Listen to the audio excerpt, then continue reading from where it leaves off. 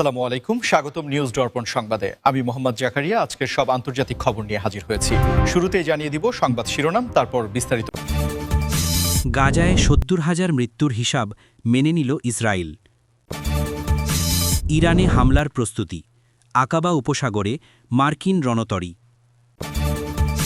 জেলেনস্কির নতুন রণকৌশল, প্রতি মাসে ৫০,০০০ রুশ সেনা হত্যা করতে চায় ইউক্রেন। গাজায় ১৫ প্যালেস্টাইনের মরদেহ হস্তান্তর ইসরায়েলের, যুদ্ধবিরতির দ্বিতীয় ধাপ শুরুর আশা।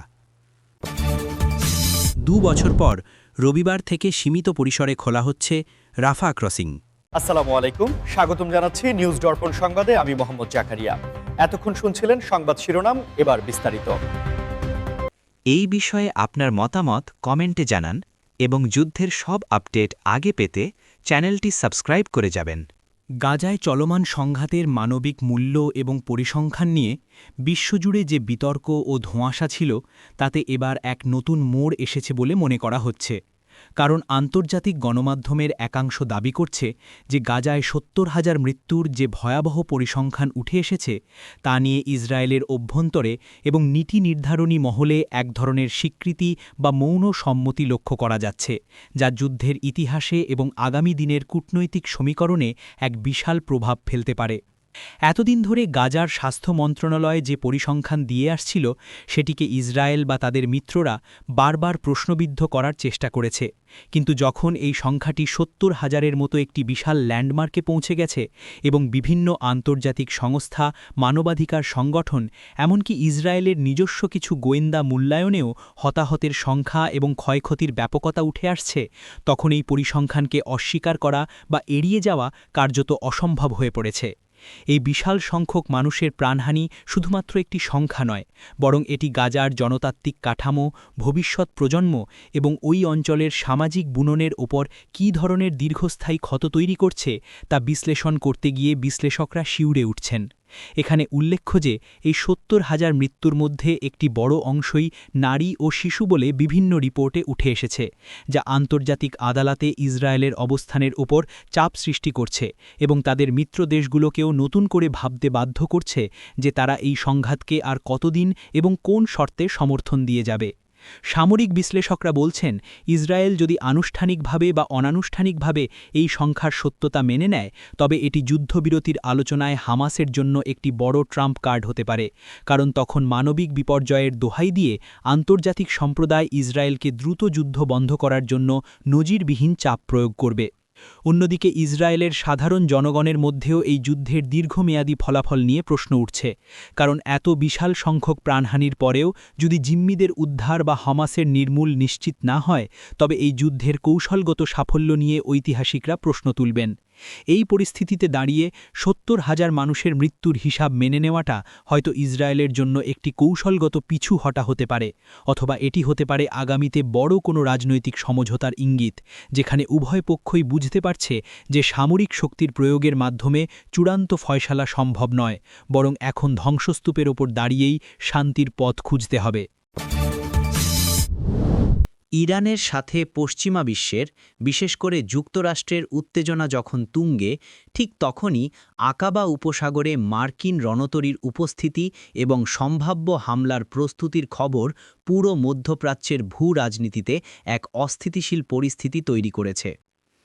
আকাবা উপসাগর ভৌগোলিকভাবে অত্যন্ত গুরুত্বপূর্ণ একটি স্থান, যা জর্ডান, ইসরায়েল, মিশর এবং সৌদি আরবের সীমানা ঘেঁষে অবস্থিত, এবং এখানে মার্কিন রণতরীর অবস্থান শুধুমাত্র শক্তি প্রদর্শন নয়, বরং এটি ইরানের সম্ভাব্য যে কোনো মিসাইল বা ড্রোন হামলার বিপরীতে একটি শক্তিশালী প্রতিরক্ষা বলয় এবং প্রয়োজনে আক্রমণাত্মক অবস্থানে যাওয়ার স্পষ্ট বার্তা।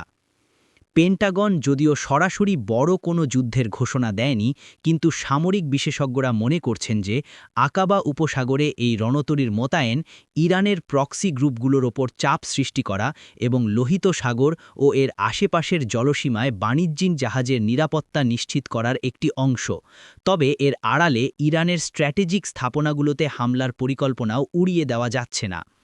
এই রণতরীতে থাকা অত্যাধুনিক radar system, Tomahawk cruise missile এবং ফাইটার জেটগুলো নিমিষেই ইরানের অভ্যন্তরে বা তাদের মিত্রদের ঘাঁটিতে আঘাত হানতে সক্ষম, যা তেহরানকে বেশ চাপে রেখেছে এবং তারাও পাল্টা হুমকি হিসাবে হরমুজ প্রণালী বন্ধ করে দেওয়ার বা তাদের ব্যালিস্টিক মিসাইল ভান্ডার ব্যবহারের হুঁশিয়ারি দিচ্ছে। এই উত্তেজনা যদি সত্যিই সংঘাতে রূপ নেয়, তবে তা কেবল মধ্যপ্রাচ্যের মধ্যে সীমাবদ্ধ থাকবে না, বরং বিশ্ববাজারে তেলের দামে আগুন ধরিয়ে দিতে পারে এবং বৈশ্বিক সরবরাহ শৃঙ্খল বা সাপ্লাই চেইনে বড় ধরনের বিপর্যয় ডেকে আনতে পারে, যা করোনা পরবর্তী নড়বড়ে বিশ্ব অর্থনীতির জন্য হবে এক চরম দুঃসংবাদ। মার্কিন যুক্তরাষ্ট্রের এই পদক্ষেপকে অনেকে দেখছেন ইসরায়েলের নিরাপত্তা নিশ্চিত করার একটি অতিরিক্ত গ্যারান্টি হিসাবে, আবার অনেকে মনে করছেন এটি বাইডেন প্রশাসনের জন্য একটি বড় ঝুঁকিপূর্ণ জুয়া, কারণ নির্বাচনের আগে আরেকটি বড় যুদ্ধে জড়িয়ে পড়া আমেরিকার অভ্যন্তরীণ রাজনীতির জন্য মোটেই সুখকর হবে না। তবুও আকাবা উপসাগরের নীল জলরাশির নিচে এখন যুদ্ধের উত্তাপ টের পাওয়া যাচ্ছে এবং স্যাটেলাইট ইমেজে দেখা যাচ্ছে যে রণতরীগুলোর গতিবিধি এবং তাদের ডেকের ওপর যুদ্ধবিমানগুলোর প্রস্তুতি স্বাভাবিক টহল বা মহড়ার চেয়ে অনেক বেশি কিছু নির্দেশ করছে। এই পরিস্থিতিতে আরব বিশ্বের দেশগুলো দোটানায় পড়েছে, কারণ তারা একদিকে যুক্তরাষ্ট্রের নিরাপত্তা বলয় চায়, অন্যদিকে প্রতিবেশী ইরানের সাথে সরাসরি শত্রুতা বা যুদ্ধে জড়াতে চায় না। ফলে আকাবা উপসাগর এখন কূটনৈতিক এবং সামরিক দাবার এক জটিল বোর্ডে পরিণত হয়েছে। ইউক্রেনের প্রেসিডেন্ট ভলোদিমির জেলেন্সকি যুদ্ধের ময়দানে এক নতুন এবং অত্যন্ত উচ্চাকাঙ্ক্ষী রণকৌশল ঘোষণা করেছেন, যেখানে তিনি প্রতি মাসে অন্তত 50,000 রুশ সেনাকে হত্যা বা নিষ্ক্রিয় করার লক্ষ্যমাত্রা নির্ধারণ করেছেন, যা আধুনিক যুদ্ধের ইতিহাসে একটি বিরল এবং ভয়াবহ ঘোষণা হিসেবে বিবেচিত হচ্ছে। এই রণকৌশলের পেছনে মূল উদ্দেশ্য হল রাশিয়ার জনবল বা ম্যান পাওয়ারের উপর এমন একটি চাপ সৃষ্টি করা, যাতে ক্রেমলিন বাধ্য হয়ে পিছু হটে অথবা রাশিয়ার অভ্যন্তরীণ রাজনীতিতে ভ্লাদিমির পুতিনের বিরুদ্ধে জনরোষ তৈরি হয়। জেলেন্সকির এই পরিকল্পনা বাস্তবায়নের জন্য ইউক্রেন এখন পশ্চিমা দেশগুলোর কাছ থেকে পাওয়া দীর্ঘ পাল্লার ক্ষেপণাস্ত্র, ক্লাস্টার মিউনিশন এবং অত্যাধুনিক ড্রোন প্রযুক্তির উপর ব্যাপকভাবে নির্ভর করছে, এবং তারা ফ্রন্টলাইনে প্রথাগত যুদ্ধের বদলে অ্যাট্রিশন ওয়ারফেয়ার বা শত্রুকে ক্ষয় করার নীতিতে বেশি জোর দিচ্ছে। সামরিক বিশ্লেষকরা এই লক্ষ্যমাত্রাকে অত্যন্ত কঠিন বলে মনে করছেন, কারণ প্রতি মাসে 50,000 সৈন্যকে হতাহত করা মানে প্রতিদিন প্রায় 1700 সেনাকে নিষ্ক্রিয় করা, যা রাশিয়ার মতো বিশাল সামরিক শক্তির বিরুদ্ধে করতে গেলে ইউক্রেনকেও চড়া মূল্য দিতে হবে এবং তাদের নিজস্ব গোলাবারুদের ভাণ্ডারে টান পড়তে পারে। তবে ইউক্রেনীয় গোয়েন্দাদের দাবি, রাশিয়ার সেনাবাহিনীতে এখন প্রশিক্ষিত সৈন্যের অভাব দেখা দিচ্ছে এবং তারা কয়েদি বা কম প্রশিক্ষিত রিজার্ভিস্টদের ফ্রন্টলাইনে পাঠাচ্ছে।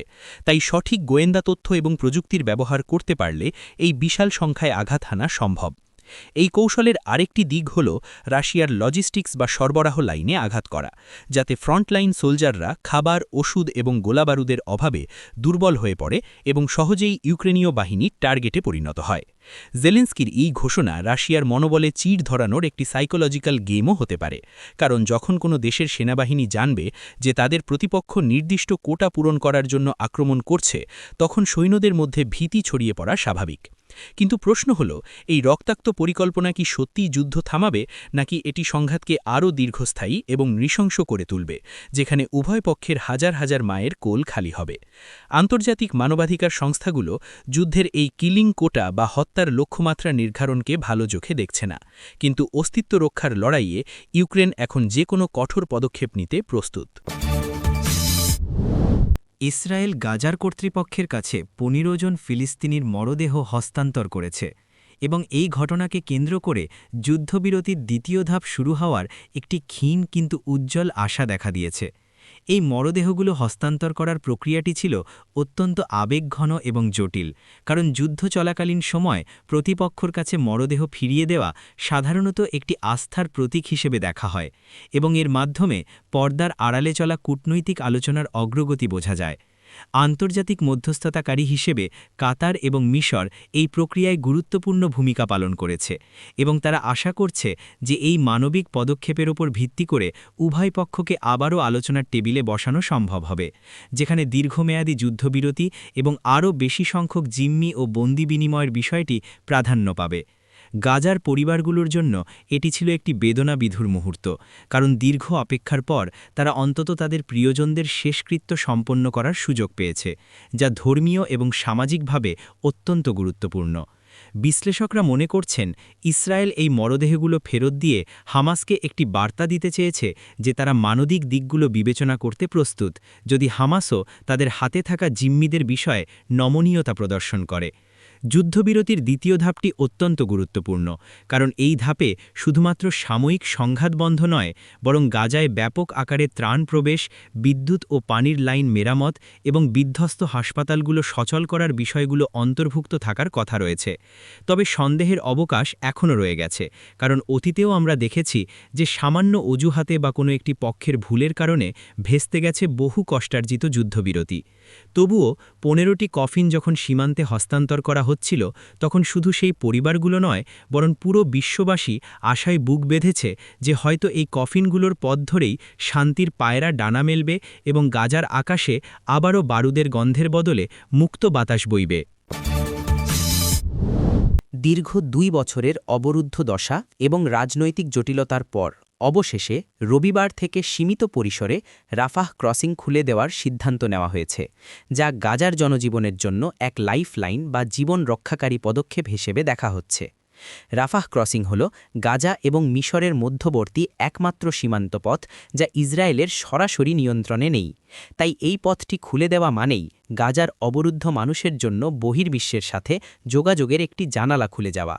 গত ২ বছর ধরে এই ক্রসিং বন্ধ থাকায় গাজার অর্থনীতি ধসে পড়েছে, রোগীরা উন্নত চিকিৎসার জন্য দেশের বাইরে যেতে পারেনি এবং নিত্যপ্রয়োজনীয় পণ্য সামগ্রীর চরম সংকট দেখা দিয়েছে, যা সেখানে একটি মানবিক বিপর্যয় তৈরি করেছিল। সীমিত পরিসরে খোলার মানে হল প্রাথমিকভাবে শুধুমাত্র গুরুতর অসুস্থ রোগী, বিদেশি পাসপোর্টধারী নাগরিক এবং অতি জরুরি ত্রাণবাহী ট্রাকগুলো যাতায়াত করতে পারবে। তবে সাধারণ মানুষের চলাচলের জন্য এটি পুরোপুরি উন্মুক্ত হতে হয়তো আরও সময় লাগবে। মিশরীয় কর্তৃপক্ষ জানিয়েছে যে তারা নিরাপত্তার বিষয়টিকে সর্বোচ্চ অগ্রাধিকার দিচ্ছে এবং প্রতিটি ট্রাক বা ব্যক্তিকে কঠোর তল্লাশির মাধ্যমে পার হতে দেওয়া হবে, যাতে কোনোভাবেই এই পথ ব্যবহার করে অস্ত্র পাচার বা অবৈধ অনুপ্রবেশ না ঘটে। এই ক্রসিং খোলার সিদ্ধান্তের পেছনে আন্তর্জাতিক সম্প্রদায়ের, বিশেষ করে জাতিসংঘের এবং ইউরোপীয় ইউনিয়নের ব্যাপক চাপ ছিল, যারা বারবার সতর্ক করে আসছিল যে রাফাহ ক্রসিং বন্ধ থাকলে গাজায় দুর্ভিক্ষ দেখা দিতে পারে। স্থানীয় ব্যবসায়ীরাও আশায় বুক বাঁধছেন যে হয়তো এবার তারা তাদের পণ্য আমদানি রপ্তানির সুযোগ পাবেন, যদিও সীমিত পরিসর শব্দটি তাদের চিন্তায় রাখছে।